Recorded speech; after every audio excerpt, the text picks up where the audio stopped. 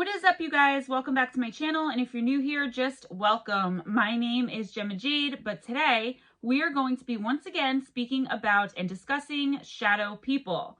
My last video was called Shadow People Part 1, The Basics, and the reason that I called it that was because obviously I'm planning on doing a series. This video I'm naming 1.5 only because I wasn't planning on putting it out yet this week, and I have this what I think is a really amazing, pretty good script going about shadow people that I wanted to make a part 2, kind of like how I talked about how they're jinns and genies, and there are just so many other things they can be, and getting more into the demon element.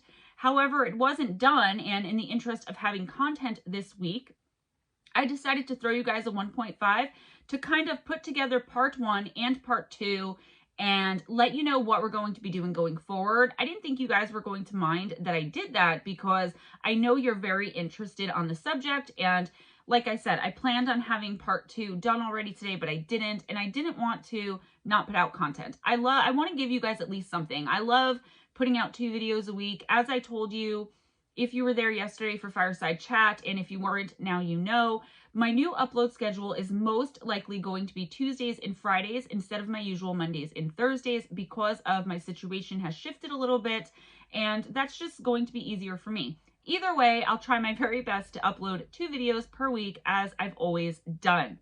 So I mentioned in the live streams, but I know some of you don't make it to the live streams, and that's okay. So what I had to do was go out and get an entire new email. I deleted thousands upon thousands of emails all over the place in the Gemma Jade YT email account, and it still says over quota. I paid for more storage. It still says over quota.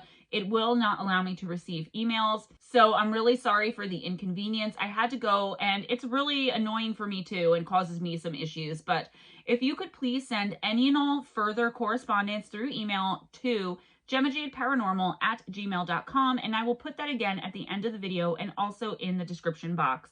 Please continue to reach out to me. Don't get discouraged because you tried to send and it said over quota. Unfortunately, if you don't pay for a premier account, which is usually for businesses, Google does not give you the option to speak to a human being in any capacity or for any reason. And therefore, I had no idea what I should do about this over quota message. So with all that being said, let's jump right in to Shadow People Part 1.5. So in my last video, I kind of just ran through some basic information about shadow people. I went a little in depth, but because of how slow going the research is, because there's so much BS and nonsense to go through before finally even scratching the surface of something that I think just might be true and that I want to explore more, I kind of just gave you like, okay, here's the basics and we're going to move forward from there. So while I hope to give you at least a little bit more of a glimpse into this terrifying phenomenon in this video, this will actually be a series, as I've said, so it's all ongoing. Most of my paranormal research actually is ongoing, and the reason for that is because every time I think I've seen, read, or even heard it all, I come across something else that completely catches me off guard because it's completely new to me, and therefore I have to go through all of my previous research on top of what I'm already looking into to try to find some answers or at least something to report back to you guys that's at least a little bit credible. I always tell you all that I hope that even if you don't believe in what I'm saying, and even though I can't technically back anything up with facts or documented sources like I can in the true crime community, I hope that what I'm saying to you at least feels credible. If I can accomplish credibility with and in my research, then at the end of the day, I'll be content with that, even if I don't end up converting skeptics to believers or finding any real answers to something that has stymied everyone else and terrified anyone else who has come across it, whatever it is, whatever the thing may be that I'm researching that at that particular time. I've been fascinated with shadow beings or shadow people for as long as I can remember. I've been the victim of sleep paralysis pretty much my entire life, and also have had encountered not only shadow people and extraterrestrials, but also all sorts of paranormal and or alien phenomenon when I was very little during these convulsions I would go into, because all the time I would randomly get the super high, like 104.2 fevers that would come literally out of nowhere right from a regular temperature in a matter of a few seconds. Like that would literally happen a lot. I even encountered the angelic voice of my not yet born oldest child during one of these episodes, only obviously I had no clue that's who it was until my oldest child said his first words, like 19 years ago. Okay, so with all that being said, now we're going to jump in. While most people who have had encounters with the shadow people have done so during what we now have started to call sleep paralysis episodes, there are just a small number of reported encounters or attacks and or from these beings. They are annoyingly blurry and shockingly fast, and therefore one of the most frustrating paranormal entities I've ever had the extreme displeasure of encountering, because I can never really get a good look at them and try to understand what it is that I'm seeing when I see them in my peripheral vision as I'm going about my day. I've seen shadow people, and I know I'm not alone here, in broad daylight as well as in the dark in the middle of the night. I've encountered them both just seeming to stand and stare at me, knowing I was looking right at it, but not seeming to care in the least. I've been literally attacked by them dozens upon dozens of times throughout my life, as I said during the sleep paralysis episodes I always have. These specific entities seem to really get around, and that's the thing though. The term shadow person is basically just lumping together all entities which are pitch black and seemingly made of nothing. Seemingly made of shadow, I guess, but that's so wrong. I look at shadow people specifically of the humanoid, human-shaped black and dark entities which haunt my sleep at night and my daily boring life as well, whether or not they actually do anything as separate entities. It's annoying too, because there are so many different subheadings for shadow people. Some people even group those dark black masses and blobs in with shadow people, and I don't understand how you can put a blob type entity in with another entity that literally has the word person in it. Even though we know shadow people aren't people, they are humanoid, and black masses and blobs, unless they make a human form, are not just humanoid, right? I'm not even sure that those dark black masses or black blob type creatures are even connected to the shadow person phenomenon. I am looking into that, and hopefully can come up with some kind of reasonable answer for you guys in an upcoming shadow person video. Shadow people seem to be able to show themselves anywhere and everywhere, any time of the day or night too. They seem to have no limit as far as when they can appear, and even when they disappear, how they disappear. One of the most common shadow entities that I've not only myself seen, but that I've seen reported over and over again are the ones that are kind of more benign. So I guess we would call them benign shadow beings. They basically have a human shape or outline, depending again on a number of different factors. Some seem to have mass, and some seem to be made of a little more than smoke. These so-called benign ones still make me nervous despite their subheading there. There doesn't seem to be anything really benign about any encounter with a terrifying, dark, and sinister entity, right? I mean, they are called benign shadow people in a lot of the research that I've done, and I don't understand that because they're absolutely terrifying to encounter, whether they're attacking you or just lurking, you know? I talked a little bit about the benign ones in the first video, how we'll kind of see them in our peripheral vision, our periffs, while going about our daily lives. These ones, to me, are the ones that are so easily dismissed as a trick of the light, or us being able to convince ourselves that we're tired and are just thinking we're seeing something. Every once in a while, though, they're known to pace back and forth in front of your bed in the middle of the night. They don't usually stop either once you've woken up and seen them there. It's just like they're so content on this pacing and so focused on it for whatever the reason is. It's not like they're pacing like anxious for you to wake up, because once you wake up, they don't go anywhere. They don't even look up most of the time, right? Now, I know that we don't really know much as factual with any kind of shadow being, but this one in particular, when it comes to this specific type, what do we really know? I haven't come across any accounts of them speaking at all. They have no eyes, or at least no eyes that we can really see, but you can still tell somehow, you can still intuit that they're looking right at you when they are. As far as being able to intuit and kind of psychically tell that they're looking at you, I guess the average person may not be able to do that. You have to be in touch with some part of your psychic self that a lot of people just aren't. I mean, a lot of regular people aren't. A lot of people here in this community are. So a lot of us can tell, like, yeah, they're looking at us, and we can even tell kind of their energy, their intent. They don't have an aura, I know that much. Everything's just abyss, inky, dark black. Blacker than the blackest color of black you've ever seen in your whole life. The pacing these entities do makes me think so much of like those movies, like any movie where somebody is waiting in the emergency room or the waiting room of a hospital while someone else is undergoing surgery or something. And you see like the father or one of the parents or loved ones just pacing back and forth, looking at the ground, pacing back and forth.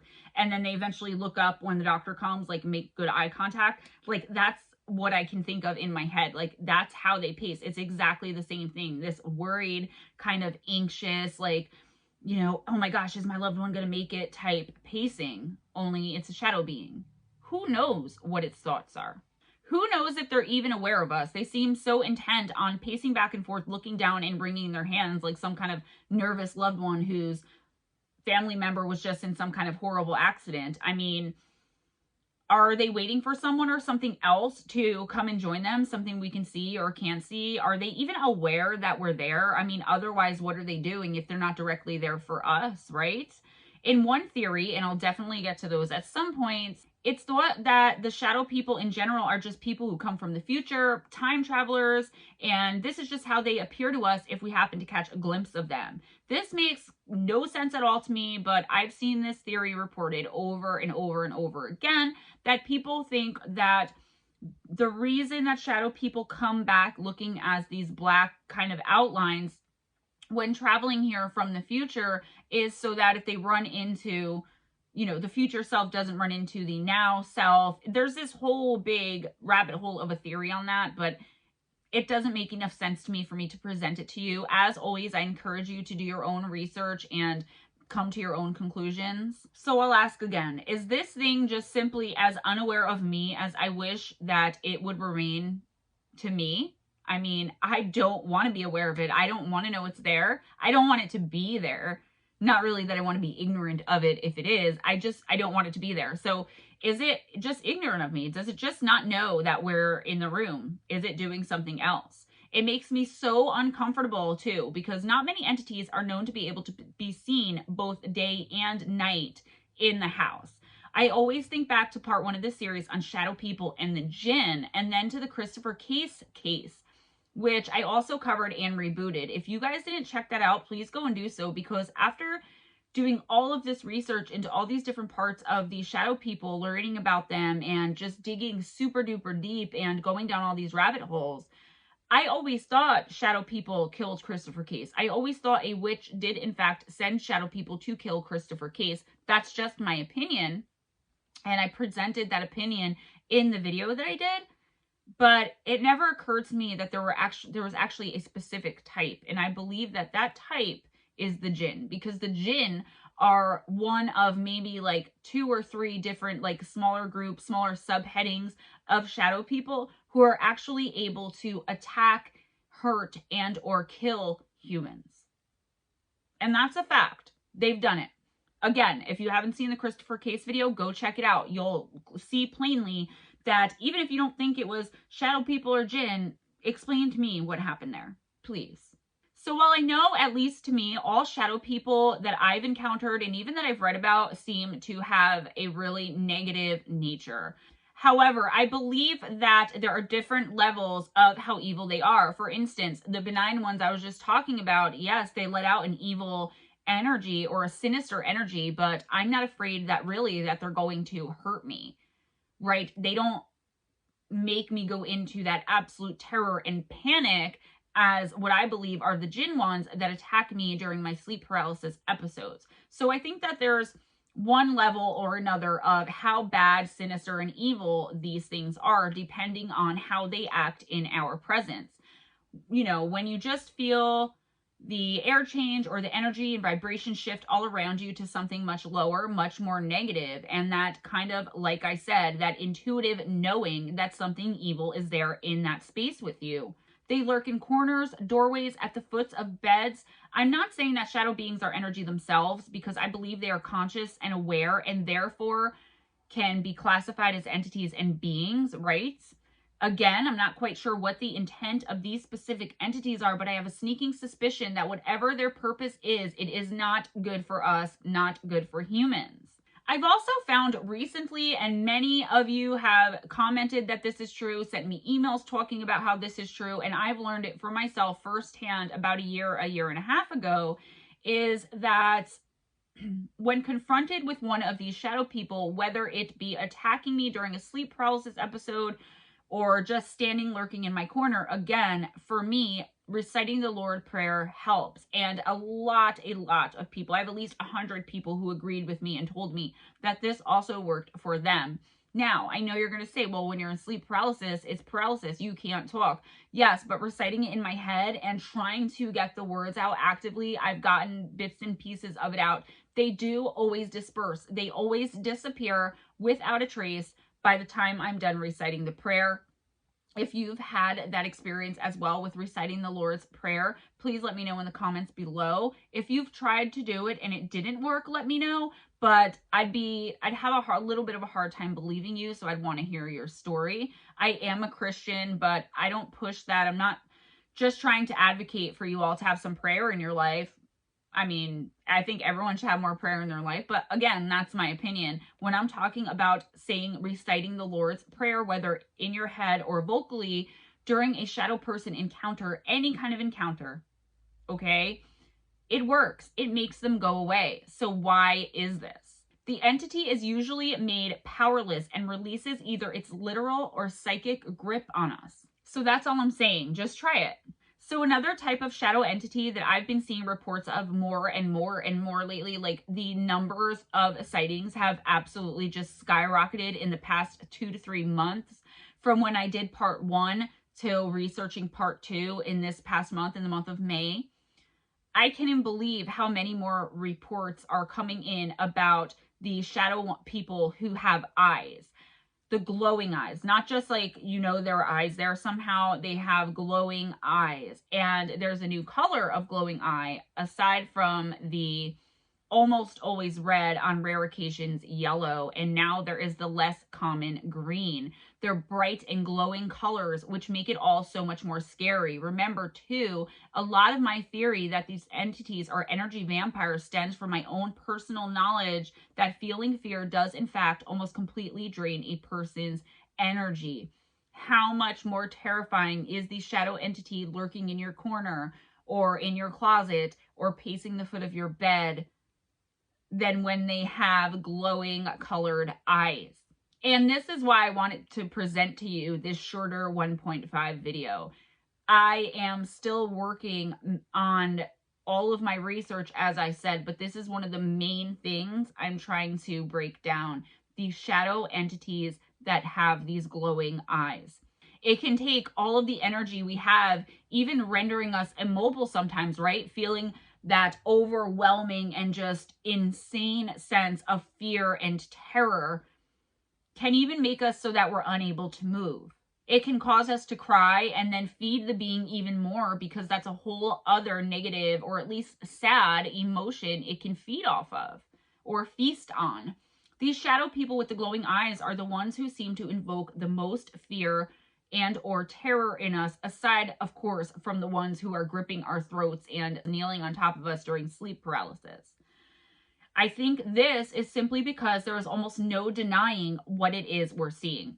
We can convince ourselves of almost anything in the middle of the night when we've just woken up from sleep and don't have all of our wits about us, right? I know I can anyway. So while I convince myself perhaps that the lurking shadow figure standing in front of my closet is in fact my husband's long black leather coat, say, or one of my many long black gothic dresses or gowns, how do I possibly do that in these cases? My gowns and his jackets don't have eyes, especially not glowing ones. In fact, nothing in either one of our wardrobes does. And that's just one example. Like, I can convince myself at night that a hat on the coat rack is just a hat on the coat rack until it has eyes and I realize it's actually the hat man, the hat shadow being, who is coming in the next video, by the way. That is terrifying because he's been being seen more and more often as well. Back to the glowing eyes.